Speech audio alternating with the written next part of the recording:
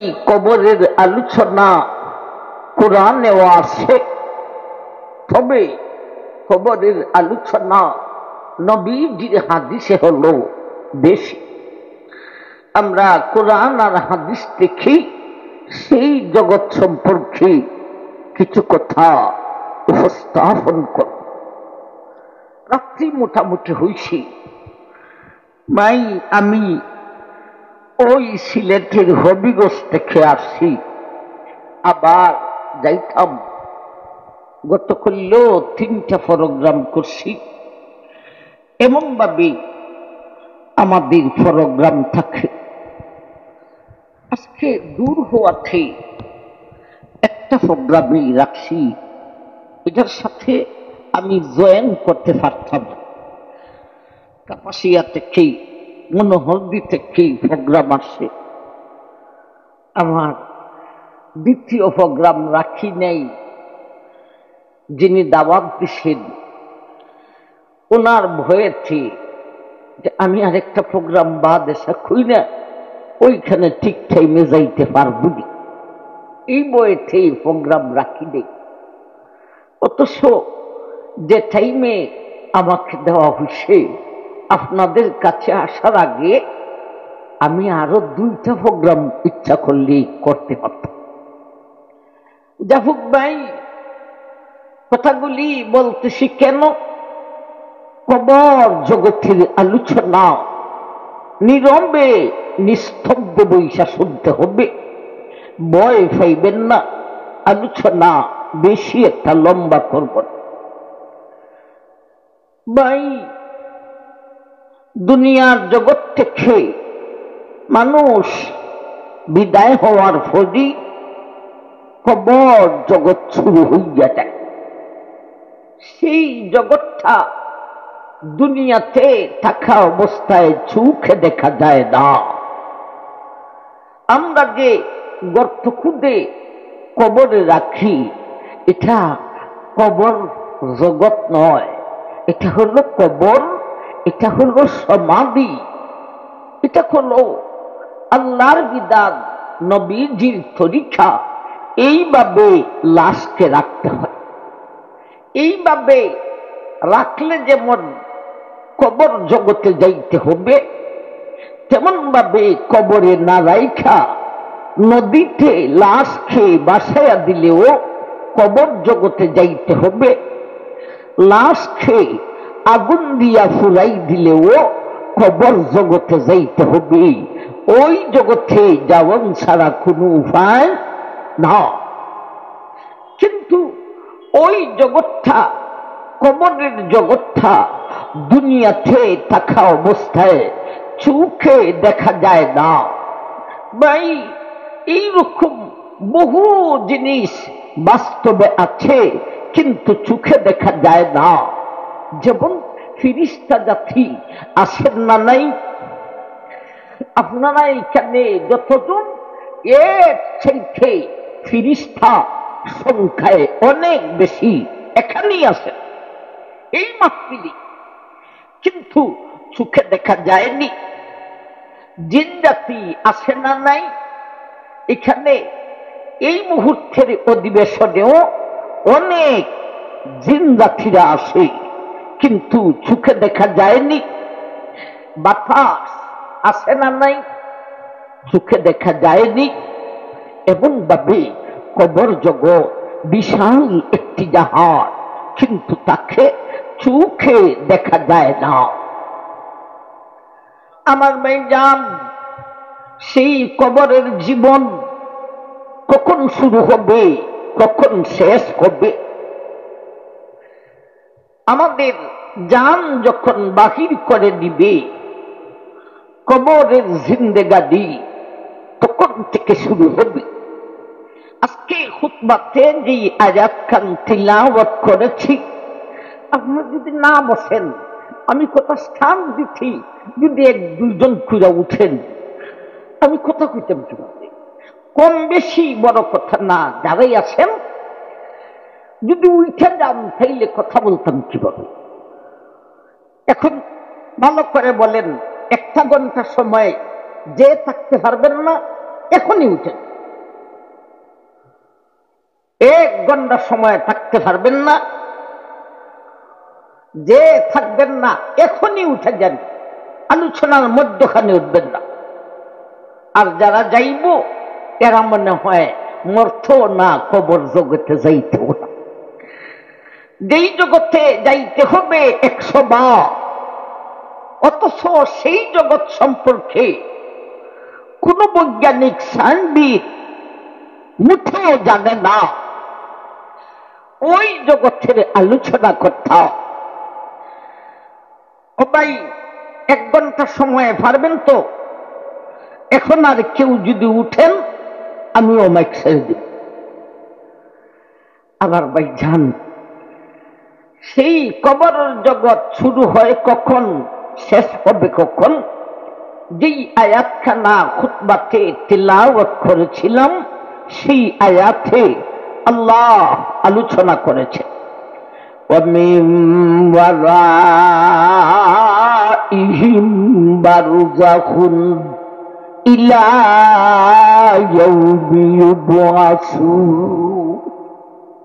দুনিয়ার জিন্দেগানির পরে আখিরাতের জিন্দেগানির আগে এই 2 জিন্দেগির মধ্যে হল আলমে বরজখ, কবরের জগৎ। দুনিয়ার জিন্দেগানি শেষ হবে আজরাইলে জানটা বাহির করলে, আর পরকালের জিন্দেগানি শুরু হবে ইসরাফিলে দ্বিতীয় বাণী সিংগায় ফু দিলে। মানুষ তখন কবর জগৎ থেকে উইটা হাসরের মাঠের দিকে রওনা হবে। তাইলে কবরের জিন্দেগানি আজরাইল জান বাহির করলে শুরু হয়, শেষ হবে ইসরাফিলে দ্বিতীয় বাণী সিংগায় ফু দিলে। এত লম্বা কবরের জিন্দেগানি, হে ভাই, হে বুর, এই লম্বা কবর জিন্দেগানি সুখের ব্যবস্থা তুমি কি করেছ? সামান্য 60, 70, 80, 90, 100 উপরে বুড়া মানুষ এখন পাওয়া খুবই কঠিন, ঠিক না ঠিক? এই সামান্য দুনিয়ার জিন্দেগানির জন্য এত হায় হতাশা, এত টেনশন, এত হাসি, এত কান্না। ও ভাই, এই লম্বা জিন্দেগানি কবরের জন্য কোনদিন কি টেনশন করেছেন? সেই কবরের জিন্দেগানিতে আমার অবস্থাটা কি হবে, সেই চিন্তাটা হে ভাই, হে বোন, কোনদিন কি করেছেন? সেই কবরের জিন্দেগানি নিয়া কিছু কথা বলবো ইনশাআল্লাহ। আমি কথাকে সিরিয়াল করে বলবো, 1, 2, 3, 4, 5 পর্যন্ত আমরা আজকে যাব। আমার ভাই, প্রতিটি নাম্বারে নেককার বদকারীর 2টা ব্যবস্থা হইব।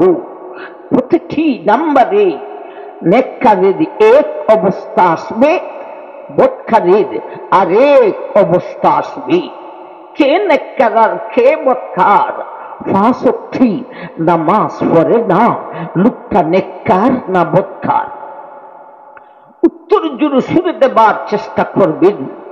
রমজানের ফরজ রোজা আদায় করে না, লোকটা নেককার না বদকার?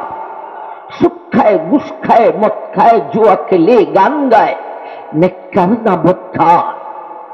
ফ্যামফিরিতি করে, ফরকিয়া করে, মহিলা বেপরদা হয়, নাউযুবিল্লাহ, জিনায় লিপ্ত হইয়া যায়, নেককার না বদকার?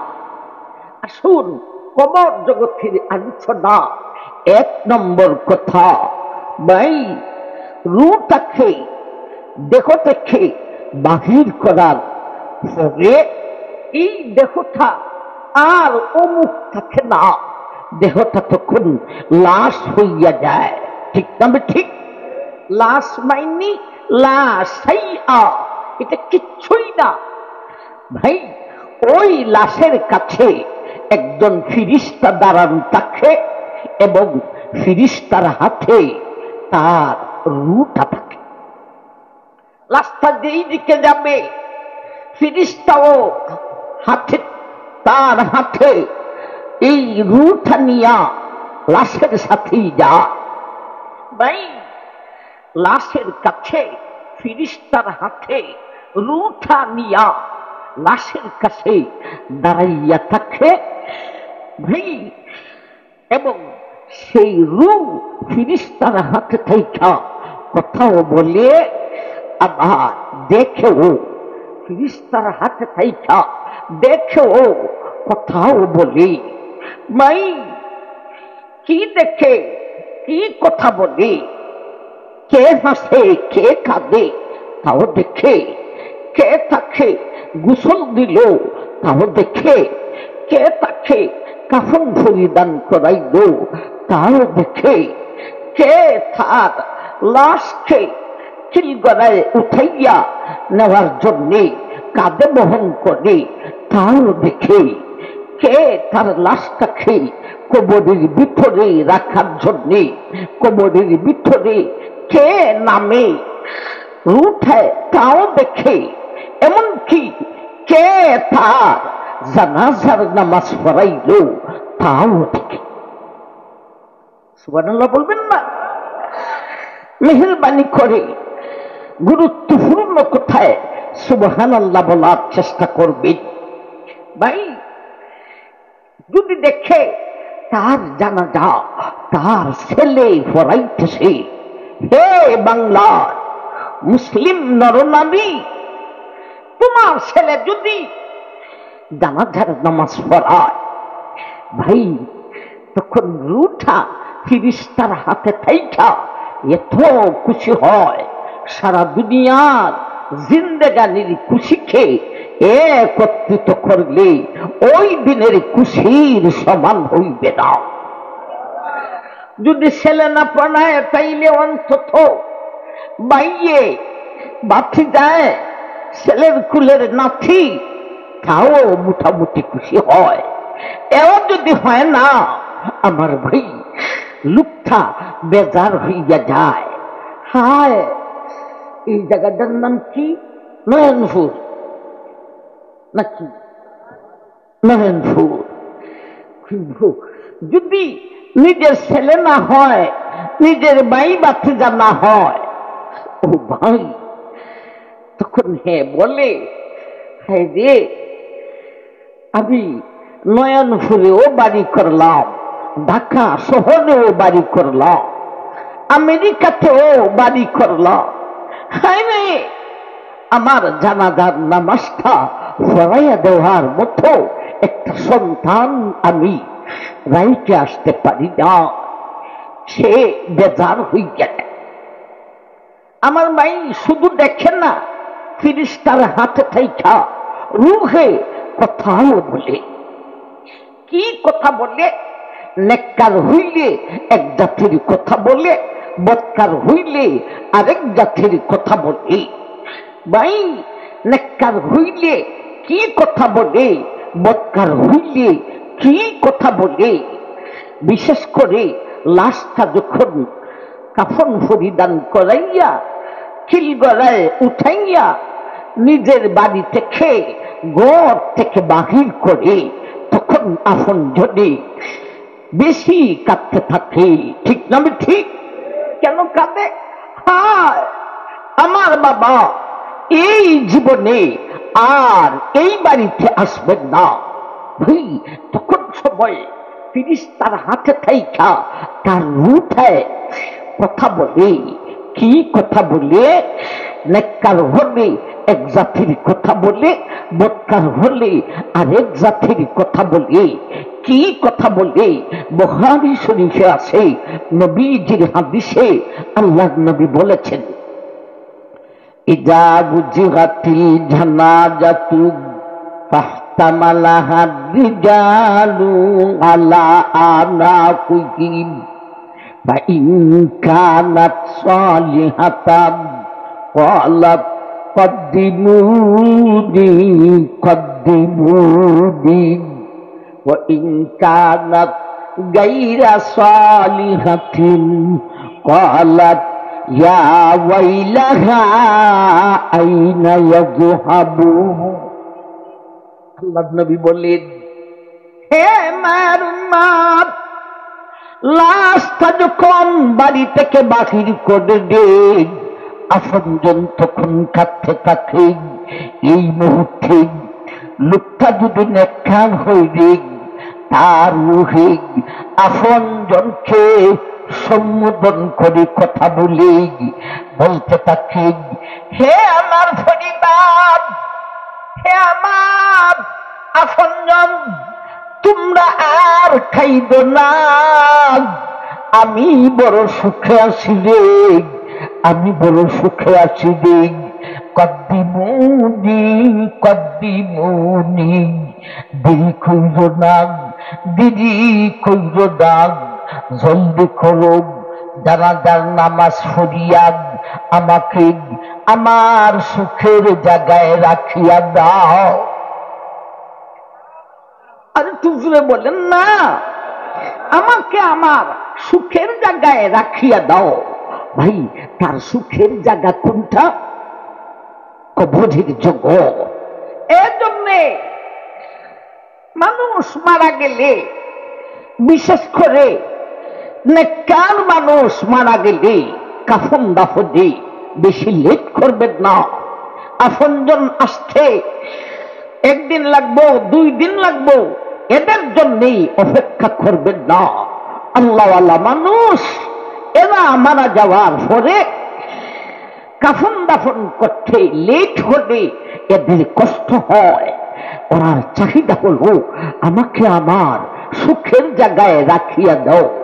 আর যদি বৎকার হয়, লাশটা বাহির করার সময়, এ বেনামাজি বেরোজাদার, হে সুৎখুর গুসখুর মৎখুর জুয়াকুর জিনাকুর প্রেমকুর, এই সমস্ত বৎকারের লাশে বলতে থাকে, ইয়া ওয়াইলাহা আইনা ইয়াযহাবুন, হায় হায়, তোমরা আমাকে কই লইয়া যাও রে, হায় রে হায়, হায় আমার লইয়া যাইও না।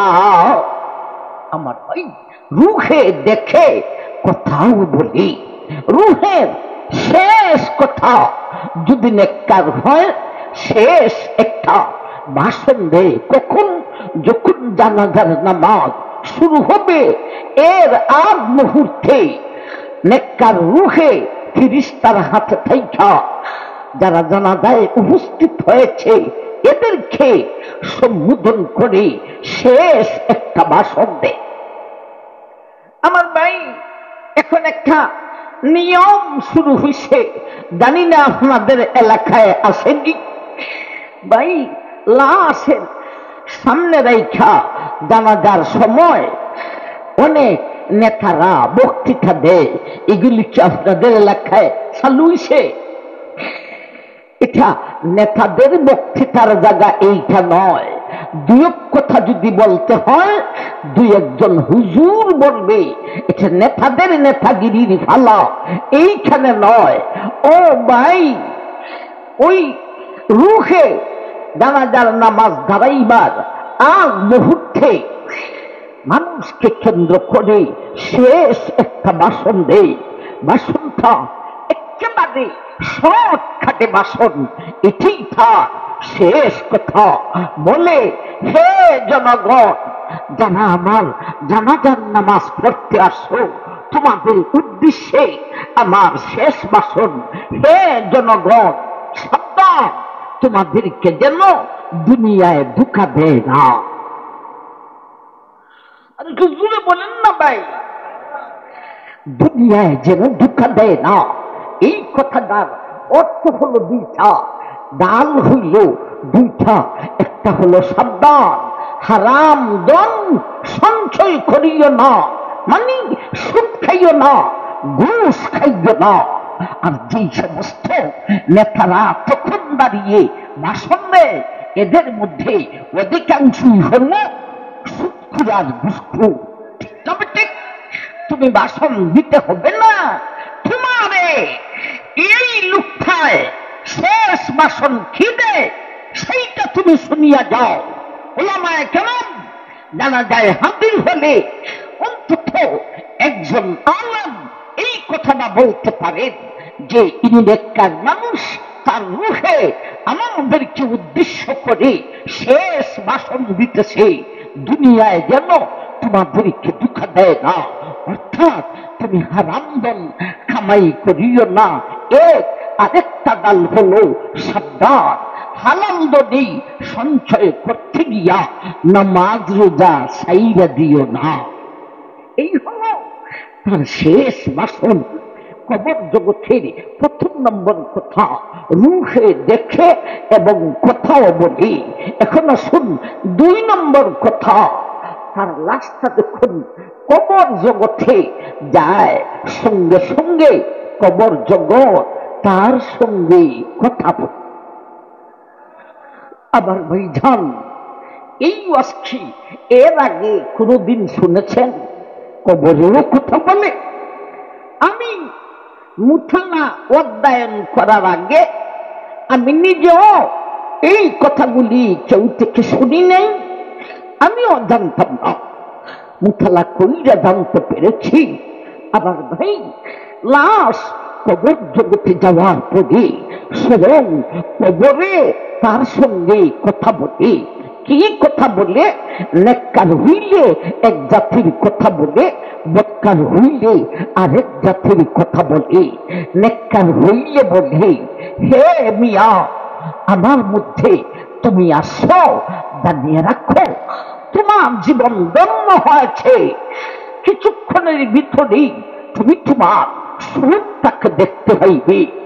আর যদি বদকার হয়, কয়বরে বলে, হে জালিম, তুই আমার মধ্যে আসো, জানিয়ে রাখ তোর কপাল বন্ধ, যাইবে না, কিছুক্ষণের ভিতরেই আমার মধ্যে তোর শাস্তিটা শুরু হয়ে যাবে।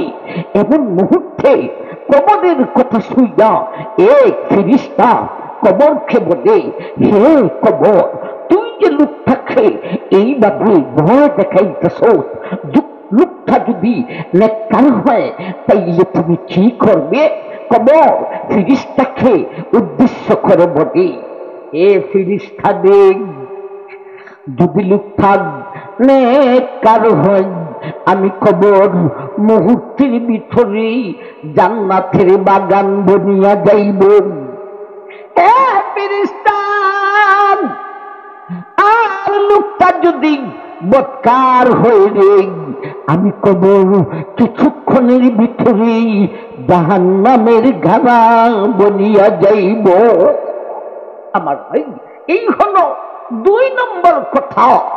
এমন ভাবে প্রতিটি কথাতে প্রতিটি কথায় 2টা দিক আসবে, একটা নেককারের অবস্থা, একটা বদকারের অবস্থা।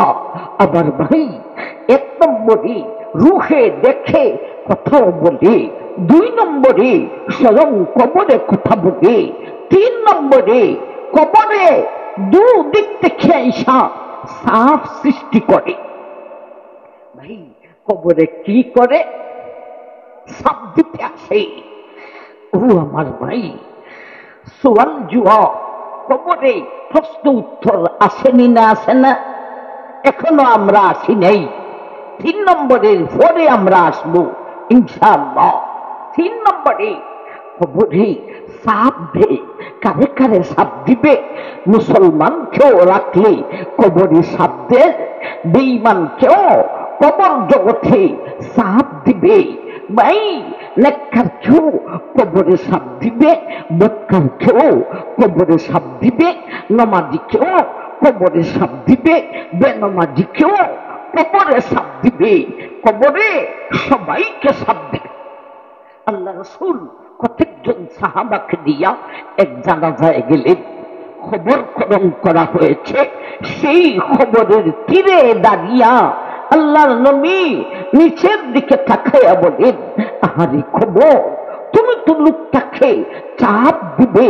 সাহাবায়ে কেরাম বলেন, আল্লাহ রাসূল, আজকেই কবরে যাকে রাখা হবে ইনি তো আপনার সাহাবী, তাই বলে আপনার সাহাবীকেও কবরে সাপ দিবে? নবী বললেন, হ্যাঁ, আমার সাহাবীকেও কবরে সাপ দিবে। এরপরে নবী বললেন, যদি কবরের সাপ থেকে বাঁচত একজন ব্যক্তি ছিলেন যিনি নবীজির জলিলুল কদর সাহাবী হযরত সাদ ইবনে মুআয। নবী বললেন, যদি কবরের সাপ থেকে বাঁচত তাইলে সাদ ইবনে মুআয কবরের সাপ থেকে বাঁচত। অথচ সাদ পর্যন্ত কবরের সাপ থেকে বাঁচতে পারে নাই। সাহাব, ইনি কেমন সাহাবী? ইনি উঁচা লেভেলের সাহাবী, জলিলুল কদর সাহাবী, যিনি খন্দকের যুদ্ধকে শাহাদত বরণ করেছিলেন। ইনি শাহাদত বরণ করার পরে ওনার সামনে আল্লাহ রাসূল বলেছিলেন, হাদাল্লাযী তাহাররাকাত লাহুল আরশ ওয়া ফুতিহাত আবওয়াবুস সামাদ ওয়া শাহিদা লাহু সাবউনা আলফাম মিনাল মালাইকাতি লাকাদ যাম্মাতান সুম্মা ফুজ্জিজা লাহু। নবী বলেন, হে আমার উম্মত, হে আমার সাহাবায়ে কেরাম, আমার সাদ ইবনে মুআয এমন ব্যক্তি ছিলেন যার ইন্তেকালে, যার ফাইয়াদ খুশিতে আল্লাহর আরশ পর্যন্ত হেলাদুলা শুরু করিয়াছিল। সেমন ব্যক্তি সাহাব যাকে ফাইয়া আল্লাহর আরশ পর্যন্ত খুশিতে নাচতেছে। অফুতিহাত আবওয়াবুস সামাদ। আমার সাদের ইন্তেকালে আমার সাদকে পাওয়ার জন্য সাত আকাশের দরওয়াজা খুলে দেওয়া হয়েছিল। শাহিদা লাহু সাবউনা আলফাম মিনাল মালাইকাতি, যার জানাজাতে শুধু আকাশী ৭০,০০০ ফেরেশতা অংশগ্রহণ করিয়াছিলে। কেমন মর্যাদা সাহাবী! হাযাল্লাযী তাহাররাকাত লাহুল আরশ ওয়া ফুতিহাত আবওয়াবুস সামাদ ওয়া শাহিদা লাহু সাবউনা আলফাম মিনাল মালাইকাতি। ও দুনিয়ার মানুষ, মায়ার উম্মত, আমার সাদের শাহাদতে পড়ে আমার সাদকে পাইয়া আল্লাহর আরশ পর্যন্ত খুশিতে নাচতেছিল। যাকে পাওয়ার জন্য সাত আকাশের দরওয়াজা খুলে দেওয়া হয়েছিল, যার জানা যায় শুধু আকাশী ৭০,০০০ ফেরেশতা অংশগ্রহণ করেছিলেন। লাকাদ যাম্মাতান সুম্মা ফুজ্জিজা আনহু। নবী বলেন, সাহাবায়ে কেরাম রে, আমার এত উদ্দের মর্যাদার সাহাব, এই সেই সাত পর্যন্ত কবরের সাপ থেকে বাঁচতে পারেন না। সবাইকে সাপ দিবে এমন ওয়াজ নবীজির জবান থেকে যখন আম্মা জান আয়েশা রাদিয়াল্লাহু তাআলা আনহা শুনলেন, আম্মা সাথে সাথে নবীকে প্রশ্ন করলেন। একবার বলুন সুবহানাল্লাহ। আম্মা প্রশ্ন না করলে আমরা তো উত্তরটা পাইতাম না। আম্মা নবীজিকে জিজ্ঞেস করলেন, আল্লাহ রাসূল, কবরে সবাইকে সাপ দিবে? বেঈমান কেউ, মুসলমান কেউ, নেককার কেউ, বদকার কেউ, নামাজি কেউ, বেনামাজি কেউ, সবাইরই কলবরে যদি সাপ দেয় তাইলে ইমান আইনা লাত্তাকুল মুখী নেককার হইয়া লাত্তাকুল মুখী নামাজ হইয়া লাত্তা হইল কি? আল্লাহ রাসূল বললেন, আয়েশা, সবাইকে কবরে সাপ দিবে, কিন্তু কিন্তু সাফে সাফে আকাশ পাতাল ব্যবধান আছে। নেককারের সাফ এক বাবিরের, আর বদকারের কয়বরের সাফ আরেক বাবিরের। নবীজি কয়েকটা ব্যবধান বললেন। এ আসাদ, নেককারের কবরের সাফ থাক কেমন জানুনি?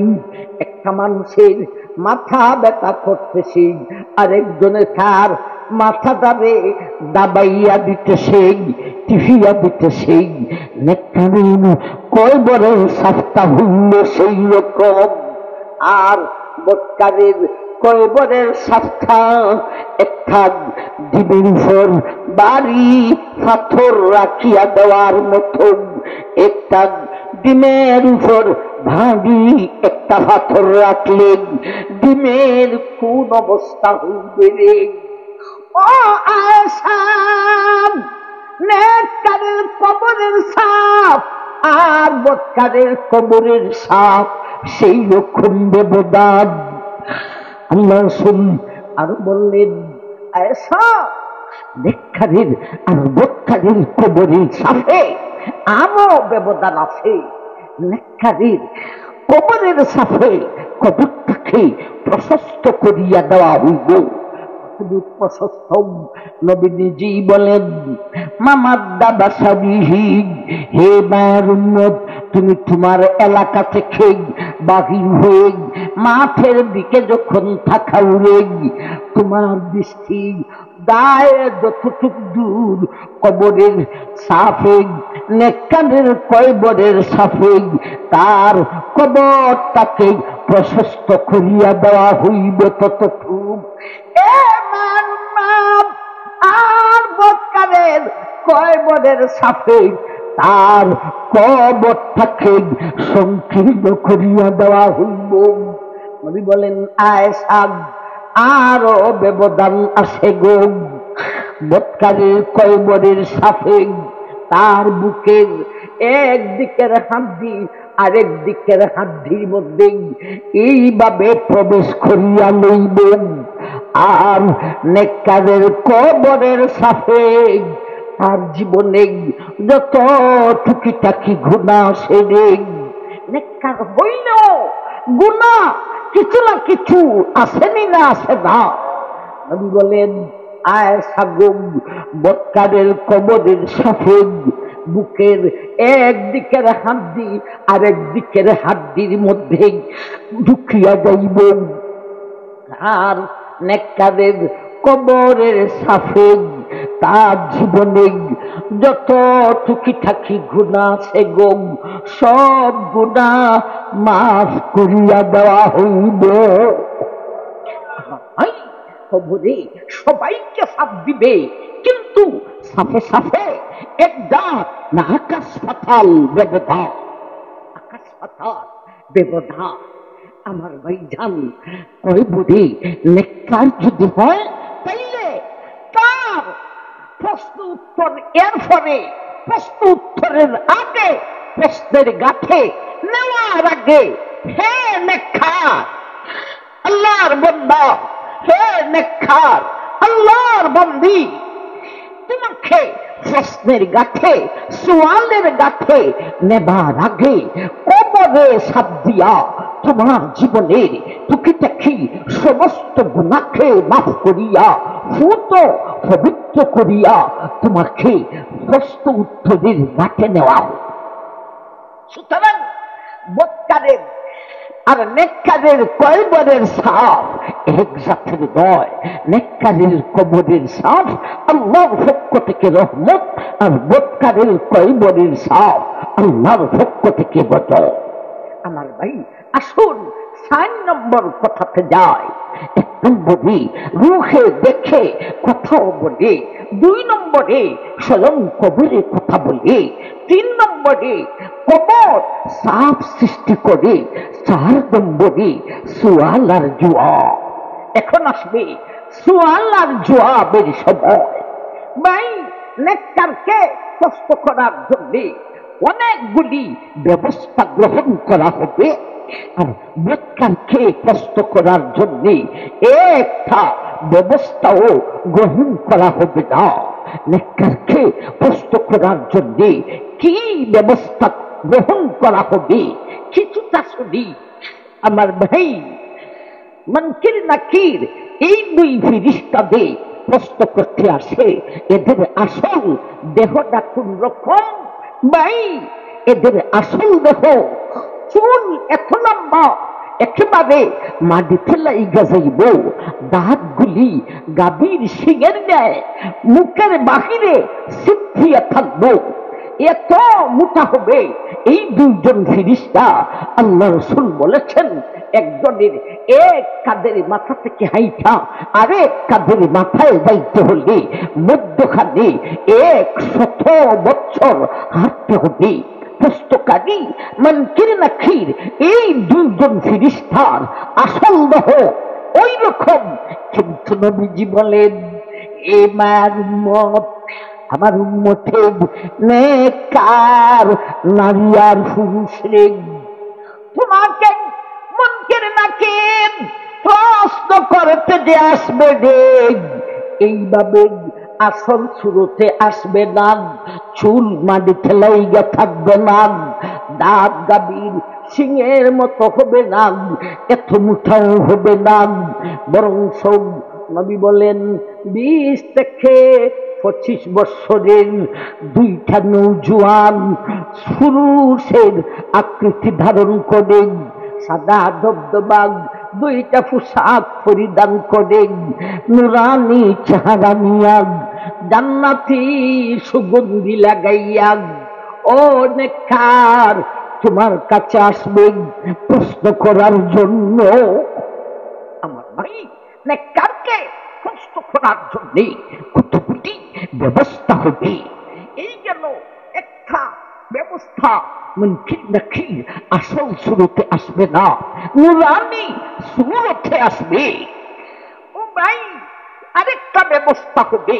আমরা যে 5 ওয়াক্ত নামাজ আদায় করি, এই নামাজে তখন সবাই একটা পাওয়ার দেখাইবে। ও ভাই, 5 ওয়াক্ত নামাজি কারে বলে? যারা মাঝে মধ্যে পড়ে আর মাঝে মধ্যে বাঁধে।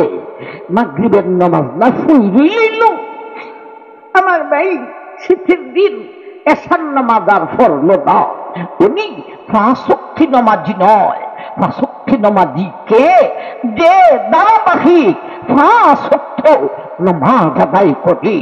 ও কথা, মানসিক কোন কারণে যদি 1 ওয়াক্ত নামাজ পড়তে পারে না, এর পরে রক্তই সাথে সাথে আদায় করিয়া লয়। আমার ভাই, এদেরকে বলে 5 ওয়াক্ত নামাজি। আমরা 5 ওয়াক্ত নামাজি।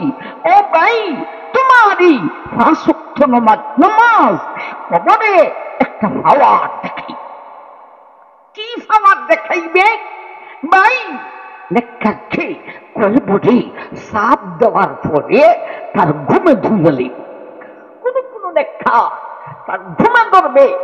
ভাই, মুনকির নাকির ফেরেশতা যখন আসবে প্রশ্ন করার জন্যে, এই মুহূর্তে আল্লাহর পক্ষ থেকে আল্লাহর কুদরতি সাহায্যে তার ঘুম ভাঙ্গিয়ে দেয়।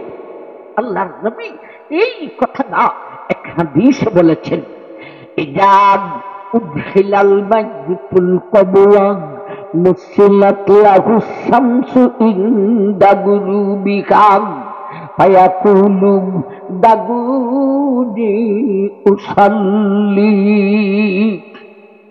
ও লোকটাকে যখন কয়বারে রাখা হইব রে, কবরে সাপ দেওয়ার পরে লোকটার ঘুম আসিয়া যাইব।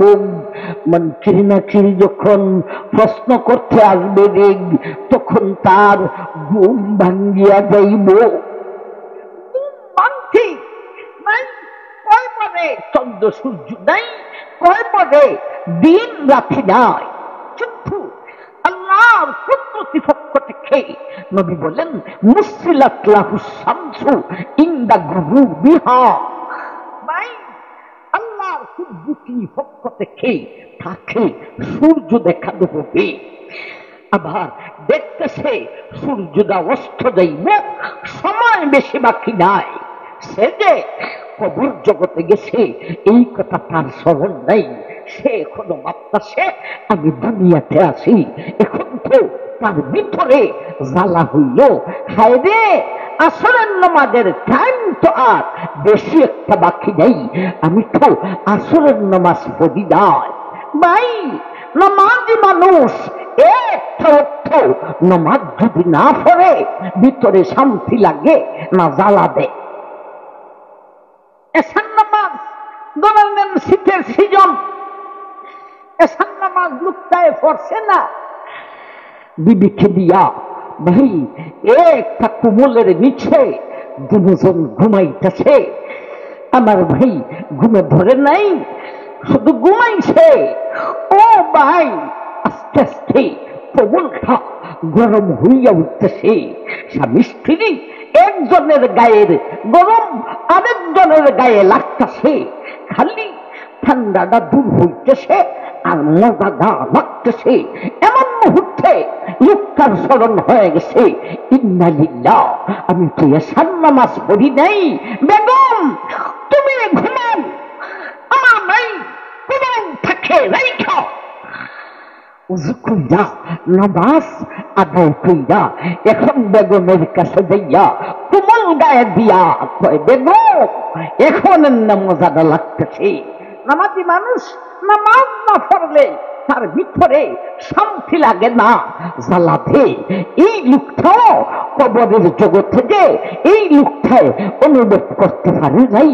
সে ভাবতেছে আমি এখনো দুনিয়ার জগতে ঘুম ভাঙছে, এখন আসরের নামাজ জলদি করে পড়তে হবে, সময় বেশি একটা নাই।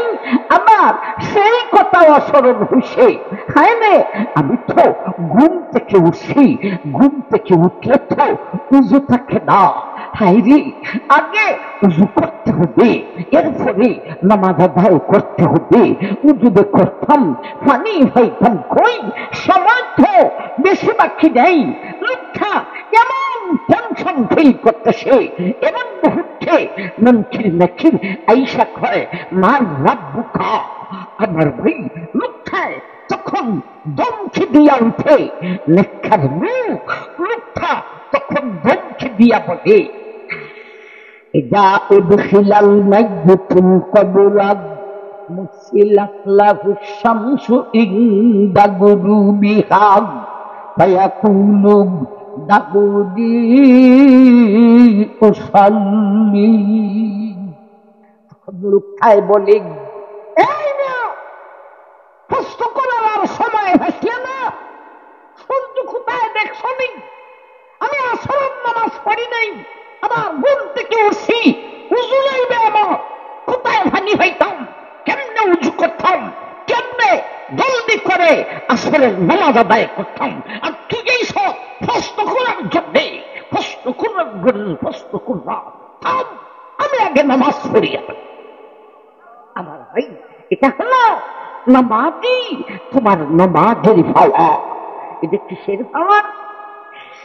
মনকির নাকির ফিরিস্তারে ধমকে মাইরা বসে, এটা কি সাধারণ সাহসের ব্যাপার?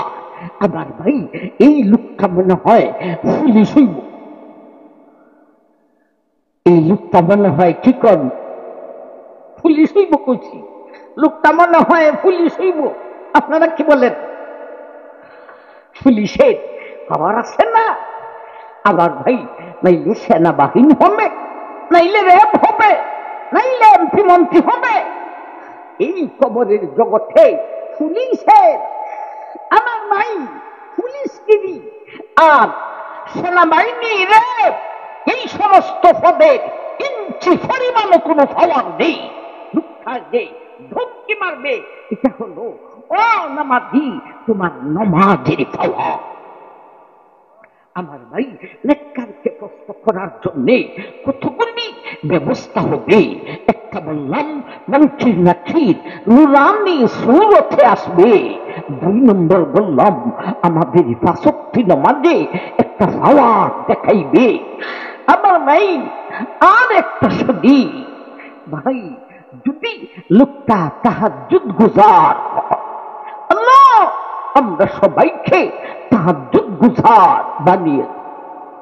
ও আমার ভাই, তাহাজ্জুদ গুজার খুব কম। ও ভাই, আল্লাহ রাসূল বলেছেন, হে তাহাজ্জুদ গুজার, তোমার তাহাজ্জুদের তেলাওয়াত জোরে জোরে করো। আস্তে তেলাওয়াত করলে তাহাজ্জুদের নামাজ হইব, কিন্তু নিয়ম হলো জোরে জোরে তেলাওয়াত করব রে। নবী বলেন, এর কারণ কি জানো রে? আমার আল্লাহর একদল রহমতের ফেরেশতা শেষ রাতে জমিনের মধ্যে ঘুরে রে, কেউ নেই তাহাজ্জুদের নামাজ পড়ে তার তেলাওয়াতটা শুনতো। আমার ভাই, তাহাজ্জুদ গুজার মারা যাওয়ার পরে যখন তারে গোসল দিয়া কাফন পরিধান করাইবে, তখন নবী বলেন সঙ্গে সঙ্গে এই তাহাজ্জুদ তার কাফন আর বুকের মাঝখানে এসে দাঁড়াইয়া যায়। এখানে এসে দাঁড়ায় কেন বলেন? এখানে এসে দাঁড়ায় কেন? তাহাজ্জুদ সাথে যাওয়ার জন্য। কে আপনার কবরের সাথী? তাহাজ্জুদ কাফন আর বুকের মাঝখানে এসে দাঁড়ায় লোকটার সাথে যাওয়ার জন্য। ও ভাই, তোমার বেগম সাথে যাবে না রে। ও বোন, তোমার স্বামী সাথে যাবে না গো। ও ভাই বোনেরা, তোমার ছেলে মেয়ে সাথে যাইবে না রে। তোমার ধন সম্পদ সাথে যাইবে না রে।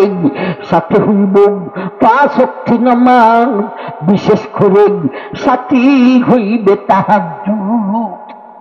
আমার ভাই, জানালার নামাজ আদায় করি না, লোকটাকে যখন কবর জগতে রাখা হয়, আমরা কবরে মাটি দিয়া 40টা কদম দূর হই, তখন সময় মন্ত্রী দেখি তাকে প্রশ্ন করার জন্য আসে।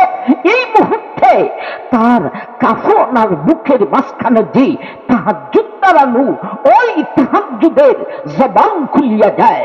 তাহাজ্জুদে মন্ত্রী নাকি রে দেইখা বলে, ও মন্ত্রী নাকি প্রশ্ন করতে আসছো? হ্যাঁ, প্রশ্ন করতে আসি। তাহাজ্জুদে বলে, শোনো, প্রশ্ন করবায় পরে আমার একটা কথা শোনো, এই লোকটাকে জান্নাতে পৌঁছানোর আগে আমার কোন নিস্তার নাই। আমার ভাই, তখন তাহাজ্জুদের লোকটাকে বলে, আমারে তুমি চিনছ নেই? লোকটাকে কয়, হাইসা হাইসা কয়, না, আমি আপনারা চিনলাম না। আপনি আমার জন্য এত কিছু করতেছেন, আমি তো আপনাকে চিনতে পারছি না। তখন তাহাজ্জুদে বলে, ও মিয়া রে, আমি হলাম তোমার দুনিয়ার জিন্দেগানির তাহাজ্জুদের নামাজ। বাইরে এই মুহূর্তে তাহাজ্জুদের নামাজে আল্লাহকে বলে, হে আমার আল্লাহ, আমি তাহাজ্জুদের কারণে এই লোকটা শেষ রাতের মধুর ঘুম ঘুমাইতে পারে নাই। ও আমার আল্লাহ, আমাকে অনুমতি দেন, আমাকে পারমিশন দেন, আমাকে ইজাজত দিন, আমি তার জন্য সুখের ব্যবস্থা করিতাম। আল্লাহ তখন বলেন, ও তাহাজ্জুদে, আমি তোরে পারমিশন দিলাম, তুমি যে ধরনের সুখের ব্যবস্থা করতে চাও করিয়া লও। আবার ভাই, আল্লাহর কথা মনকির নাকিরেও শুনে, তাহাজ্জুদেও শুনে, তাহাজ্জুদ গুজার লোকটাও শুনে, এবং মুহূর্তে তাহাজ্জুদ মনকির নাকিরকে বলে, আমার আল্লাহর কথা শুনছো? শুনছি। আল্লাহ আমাকে পারমিশন দিয়েছেন, আমি তাহাজ্জুদে তার জন্য যে ধরনের সুখের ব্যবস্থা করতে চাই করি আমি সব। সুতরাং হে প্রশ্নকারী মনকির নাকির, শুনো, তোমরা, আমি তাহাজ্জুদ এখন তার সুখের জন্য 1 নম্বর আকাশে যাইব। আমি আকাশ থেকে আসা রাত পর্যন্ত হে মন্ত্রী নাকি সাব্বা মুখটাকে প্রশ্ন করতে পারবে না। আমার ভাই পাঁচটি নামাজে এক ধমকি দিয়া ভাই মন্ত্রী নাকিরকে দাঁড় করাইয়া দিল। তাহাজ্জুদের নামাজ আরেক ধমকি দিয়া দাঁড় করাইয়া দিল। ওরা আর প্রশ্ন করে না। তাহাজ্জুদ প্রথম নম্বর আকাশে যায় রে। আল্লাহর নবী বলেন, হে মায়ের উম্মত, তাহাজ্জুদ প্রথম নম্বর আকাশে গিয়া প্রথম নম্বর আকাশের 1000 ফেরেশতা আবার এক একজনের হাতে আকাশী ফুল, দুইজনের ফুল এক জাতের নয়। 1000 ফেরেশতার হাতে 1000 আকাশী ফুল নিয়া তাহাজ্জুদ ওর কবর জগতের ভিতরে ঢুইকা তাকে মধ্যখানে রাইখা ওই 1000 ফেরেশতা আকাশী ফেরেশতা হাতে ফুল নিয়া এই লোকটার চতুর্দিকে সারিবদ্ধ হইয়া যা। আমার ভাইজান, আপনাকে যদি এমন 3টা প্রশ্ন করা হয় যে উত্তর দিতে পারবে তুমি জান্নাতি নাইলে তুমি জাহান্নামী, এমন অবস্থায় এটা কোন থানা? শ্রীপুর থানা। এমন মুহূর্তে শ্রীপুর থানা উল্লেখযোগ্য 1000 আলেম আপনার প্রশ্নের উত্তরে সাহায্য করার জন্য আপনাকে মধ্যখানে রাইখা আপনার চতুর্দিকে সারিবদ্ধ হইয়া যায়। আপনার কোনো টেনশন আছে? আমার বাইরে এমনি ভাবে 1000 ফেরেশতা তাহাজ্জুদের আকাশ থেকে নিয়ে আসে রে। এক একজনের হাতে এক এক জাতের ফুল নিয়া তার কবর জগতের ভিতরে ঢুকিয়া মুখটাকে মধ্যখানে রাখিয়া ওরা চতুর্দিকে সারিবদ্ধ হইয়া যা। আমার ভাই 1000 ফেরেশতা তাকে প্রশ্নের উত্তরে সাহায্য করবে। আমার ভাই নেককারকে প্রশ্ন করার জন্য কি কি ব্যবস্থা হবে? 2-3টা বলেছি। মনকির নাকির নুরানি সূরতে আসবে। 5 ওয়াক্ত নামাজি একটা ফাওয়ার দেখাইবে, তাহাজ্জুদ আরেকটা লীলা দেখাইবে। এই 3টা আমার ভাই। এরপরে আরেকটা ব্যবস্থা হবে। এই 1000 ফেরেশতা ছাড়া আল্লাহর পক্ষ থেকে আর একদল ফেরেশতা তার কবর জগতে পাঠাইয়া দেন। আল্লাহ কেন পাঠান? তার দাবির দলিল দেওয়ার জন্য। দাবিটা কি? লা ইলাহা ইল্লাল্লাহ।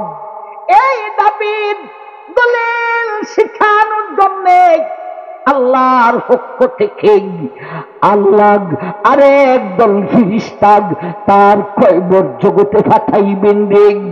এই সমস্ত ব্যবস্থার ফলে এখন মুনকির নাকির সুযোগ পাইব প্রশ্ন করার জন্য। এর আগে মুনকির নাকির নেককার ভাই, নেককার বোন, তোমাকে প্রশ্ন করা সুযোগই পাবে না। এতগুলি ব্যবস্থার পরে মুনকির নাকির প্রশ্ন করবে আরবিতে। ও শ্রীপুরের মানুষ, আরবি ভাষার প্রশ্নের উত্তর আরবিতে দিতে পারবেন নি? আরবি তো জানেন না আপনারা, মুখস্থ করছেন না, বিশেষ করে মা বোনরা। আরবি ভাষার প্রশ্নের উত্তর আরবিতে দিতে হবে। ভাই, এ আমার ভাই, হে আমার বোন, তুমি যদি নেককার হইয়া থাকো, এতগুলি ব্যবস্থা যদি তোমার কাছে থাকে গো, এইবারে মুনকির নাকির আরবিতে 3টা প্রশ্ন করিব। মার রাব্বুকা ওয়া মা দীনুকা ওয়া মা তাকুলু ফি হক্কি হাযার রাজুল। ও মিয়া, তোমার প্রভুকে, তোমার তোমার ধর্ম কি, তোমার নবীকে বাইরে আরবিতে প্রশ্ন করিয়া শেষ করার সঙ্গে সঙ্গে নবীজি বলেন, তুমি আরবি জানো না জানো না সেই কথা বাবার দরকার নাই, তুমি বাঙালি মানুষ, শ্রীপুরের নারী রাগ পুরুষ রাগ, তুমি আরবি জানবে কই থেকে? ও ভাই, ও বোন, এমন ব্যবস্থার ভিতর দিয়া তোমাকে যখন আরবিতে প্রশ্ন করিয়া সারিব, আল্লাহ রাসূল বলেন আরবিতে প্রশ্ন করিয়া শেষ করার সঙ্গে সঙ্গে এ নেককার তোমার জবান দিয়া বেলা এখতিয়ার অনিচ্ছাকৃত ভাবে, যেমন ভাবে মোবাইলে টাচ করলে বাঁচতে থাকে, তেমন ভাবে ও নেককার ভাই বোন তোমার জবান দিয়া অটোমেটিকলি অনিচ্ছাকৃত ভাবে সঠিক উত্তরগুলি আরবি ভাষায় গেটার গেট বাহির হইতে থাকিব। আমার ভাই, কিন্তু এ কথা হে নামাজি, বেনামাজি, বেরুদাদা, সুৎখোর, ঘুষখোর, মদখোর, জুয়াখোর, জিনাখোর, প্রেমখোর, বেপরদা মহিলা, তোমাকে খবর জগতে কষ্ট করার জন্য এই জাতীয় একটা ব্যবস্থাও থাকবে না, বরঞ্চ মনখির নাকি তার আসল ডিজেনে আসবে, চুল মাটিতে লেগে থাকবে না, গাভীর সিংহের যায় আবার ভাই মুখের বাহিরে ছিট্রিয়া থাকবে এত মুঠা। এই দুইজন ফেরেশতা একজনের এক কাঁধের মাথা থেকে হাইটা আরেক কাঁধের মাথা পর্যন্ত যাইতে মধ্যখানে 100 বছর হাঁটতে হবে, এমন বিক্ষোভ ডিজেল নিয়া মনখির নাকি আইসা প্রশ্ন করবে, একটা প্রশ্নেরও উত্তর দিতে পারবে না, উত্তর দিবে দূরের কথা, একটা কথা ছাড়া কোনো কথাই বলতে পারবে না, সেই কথাটা কি বলবেন?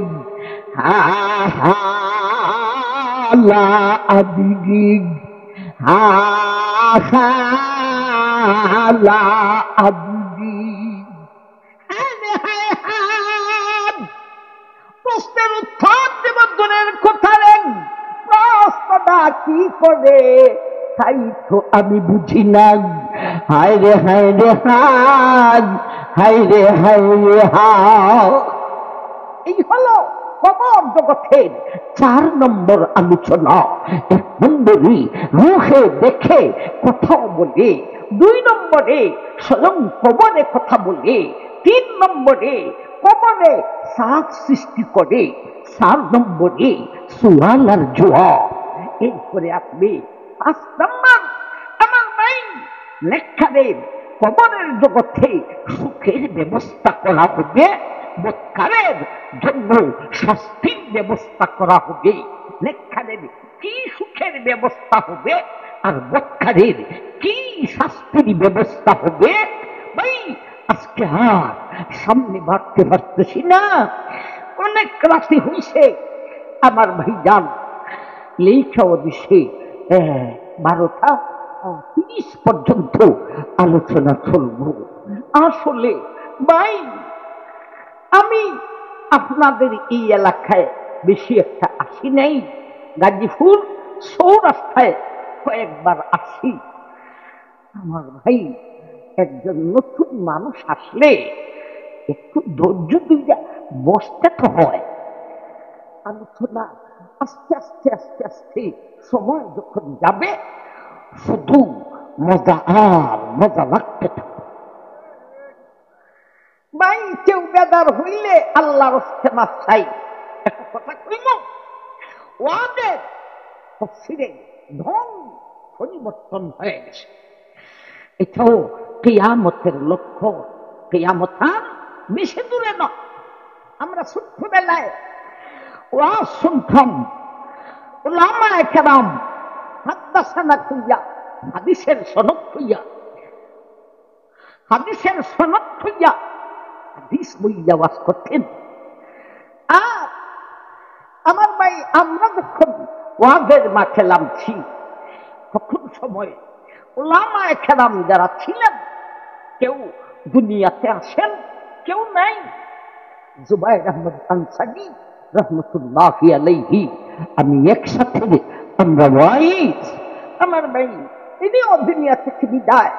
হবিগঞ্জের মুহাদ্দিসে হবিগঞ্জি তাফাজ্জুল হক রহমতুল্লাহি আলাইহি, ইনিও বিদায়। আমার ভাই তখন সময়ের আলোচনা ওয়াজের সিস্টেম ছিল, যেই আয়াত পড়বে, যেই হাদিস পাঠ করবে, আমার ভাইজান একটা বিষয়ের উপর কথা বলবে, এই বিষয় থেকে আর নড়াছড়া করে না। যেমন কবর জগতের আলোচনা করলাম, এর আগে সক্রাতের আলোচনায় যাই নেই, কবর জগতের পরে হাসরের মাঠের আলোচনা, সেখানেও যাই নেই, শুধু কবরের জগতের উপর থাইকা আবার ভাইজান এইভাবে উলামায়ে কেরাম আলোচনা করছেন। এখন ওয়াজ তাফসীরের নাম দেয় তাফসীরুল কুরআন মাহফিল, রং রং সম্পূর্ণ পরিবর্তন হয়ে গেছে। বক্তার কারণে সুফাদের অবস্থাও সেই রকম হয়ে গেছে। দেখা না যেটা চলে, আমার নাই আয়াতের উপর কথা নাই, শুধু গজল আর গজল, গজল আর গজল, এইভাবে সিস্টেম বাহির হয়েছে। এগুলি কিয়ামতের লক্ষণ। আল্লাহ রাসূল বলেছেন ইলম উঠিয়া যাইব, বলতে এর কয়েকটা ফৌজি আছে, বলতে উলামায়ে কেরাম থাকবে কথা ঠিক, কিন্তু আলেমের ভিতরে এলিম কম থাকিব। আমার ভাই এমনি ভাবে ওয়াজ তাফসীরে যারা কোরআন থেকে আলোচনা করেন এলিমওয়ালা মানুষ, এদের আলোচনা শোনার জন্য বসে না। যাদের এলিম কম, আমার ভাই বিষয় ভিত্তিক আলোচনা করতে পারে না, একদিক থেকে আরেক দিকে যায়, এদের আলোচনা শোনার জন্য মানুষ ভিড় জমাইবে। আমার ভাই আপনারা কতজন হয়েছেন আমার সামনে, আর আমাদের বাংলাদেশে এমন বক্তা গজাইছে ভাই, কত লাখো মানুষ হয় আমার ভাইজান, অথচ ভিতরে আমার ভাই চুল খালি। এলিম উঠে যাওয়ার লক্ষণ। যাই হোক, আপনারা কেউ বেজার হইলে আমাকে মাফ করে দিবেন। আপনারা যে কয়েকজন নিয়ে আমি প্রথমে বসছিলাম, আমার প্রোগ্রামে স্টেজের শীষে ওই এর থেকে বেশি থাকে আমার ভাই, কিন্তু আমি এইসব বসছি, মানুষ আস্তে আস্তে যায় যায় যায় যায়। ছোট্ট বেটা দেখছো, আরে নতুন কোন আলেম আসলে বৈশাখ ধৈর্য দুইটা শোনার তো দরকার। আল্লাহ তুমি আমরা সবাইকে কবুল করো। আল্লাহ কবর জগতে নেককার বানাইয়া আমাদের চিহ্ন, বদকার বানাইয়া দিও না। আমিন। ওয়া আখিরু দাওয়ানা আনিল হামদুলিল্লাহি রাব্বিল আলামিন।